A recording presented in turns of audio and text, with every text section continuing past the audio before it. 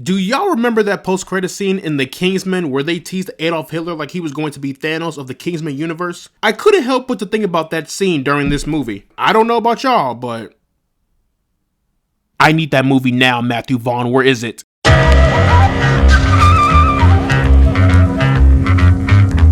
So Argylle is a brand new action thriller directed by Matthew Vaughn, and it stars Bryce Dallas Howard, Sam Rockwell, John Cena, Henry Cavill, Ariana DeBose, Samuel L. Jackson, and Bryan Cranston. Very stacked cast. But what if I told you that the main person who is front and center of this poster is not in the movie very long? Kinda wild, but I will get into that later. Reclusive author Ellie Conway writes best-selling espionage novels about a secret agent named Argylle, who's on a mission to unravel a global spy syndicate. However, when the plot of her book starts to mirror the covert actions of a real-life spy organization, the line between fiction and reality begin to blur. In the case of Argylle, I feel conflicted because look, there are things that I loved in this movie, and there were things that I absolutely hated in this movie. The crazy thing about this is that I cannot say it's a bad movie. I can't say that the pros outweigh the cons or that the cons outweigh the pros.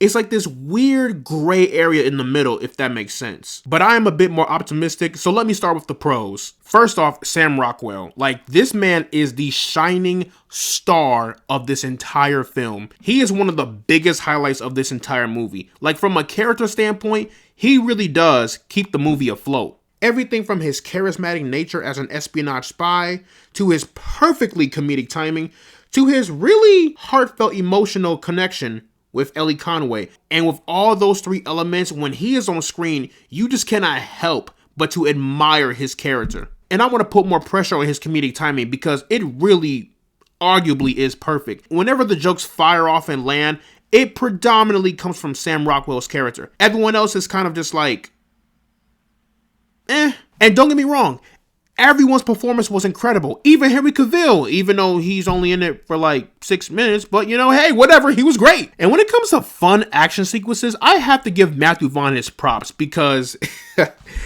when you look at the first Kingsman and that church scene, and also in the Kingsman the Golden Circle in that restaurant scene, I think it was. Yeah, they were in a restaurant, I think. Yeah, I have not seen the Golden Circle in quite a while. Despite how hilarious and just goofy his action scenes are, I cannot lie. They are quite creative and very immersive. So I gotta admire the unapologetic nature of his action scenes. The silly yet imaginative and creative action scenes from the Kingsman movies are present here in Argylle, especially in the third act. And this movie has some insane plot twists. Like, I'm talking plot twists that'll make you say, oh shit, just like that, and it is great.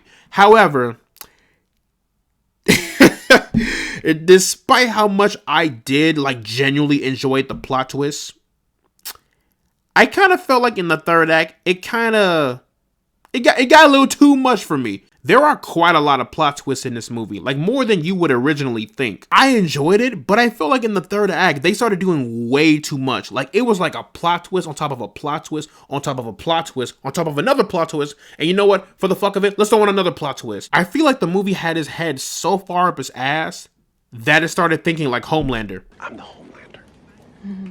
And I can do whatever the fuck I want. Let me get into Henry Cavill, because he's in the movie for like less than 6 minutes, maybe even less than 7. I wanted to see more of Henry Cavill's Argylle. Now listen, in the trailer, you know, obviously the character he plays is a fictional character. I understand. But I don't know why. I just wanted to see more of that. And the movie tries to weave his character into reality, but it kind of came across as a little cheesy and a bit annoying. Now, once you see how the plot twist with Argylle plays out in the third act, it will make sense. And I thought it was pretty smart of Matthew Vaughn to go that way. However, I feel... I don't want to say this is false advertising, but I felt like I was partially lied to. But yeah, if you are seeing this movie expecting to see Henry Cavill kick some ass from start to finish, prepare to be disappointed. And he does kick ass for less than 3 minutes. And this movie has some pretty bad CGI. Like, noticeably bad CGI. Now, let me say this right here, right now. I do not blame the visual effects artists because look, we've all have heard the horror stories about how these visual effects artists are being underpaid, how they're being overworked, working super overtime, double overtime, quadruple overtime, and not being able to see their families for weeks. So we all know what's going on with that. I do not blame the artists. I blame the companies. When you don't give your artists enough time to like create something majestic, you're going to get a shitty product. Now, I understand, with the writer's strike and the actor strike, things got delayed and pushed back.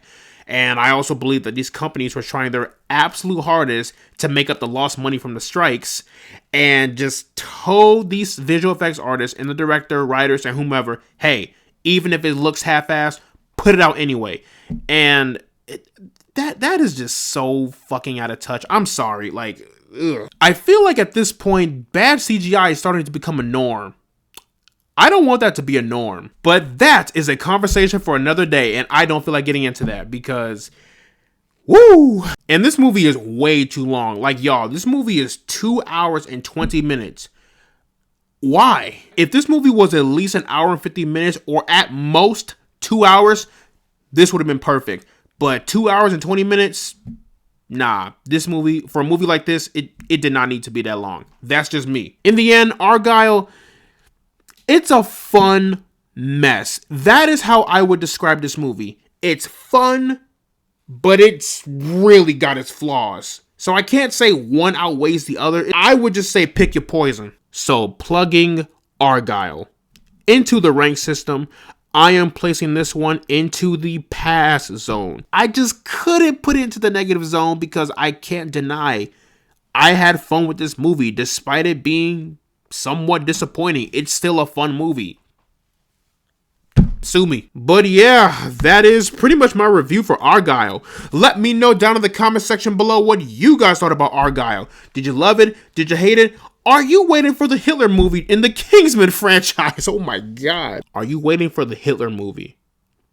That is crazy. Anyways, let me know down in the comment section below what you guys thought about this movie. And as always, leave a like and subscribe if you want to see more. And I will see you all in the next one. After working up the nerve almost equal in size, I walked around with the iron for any wrinkle in time. I paid a piece of my mind for every nickel and dime, but never less than a 5 and never slept on a job. A killer crept on your squad, yet never left the garage. When your God was close enough to see the flesh of his eyes.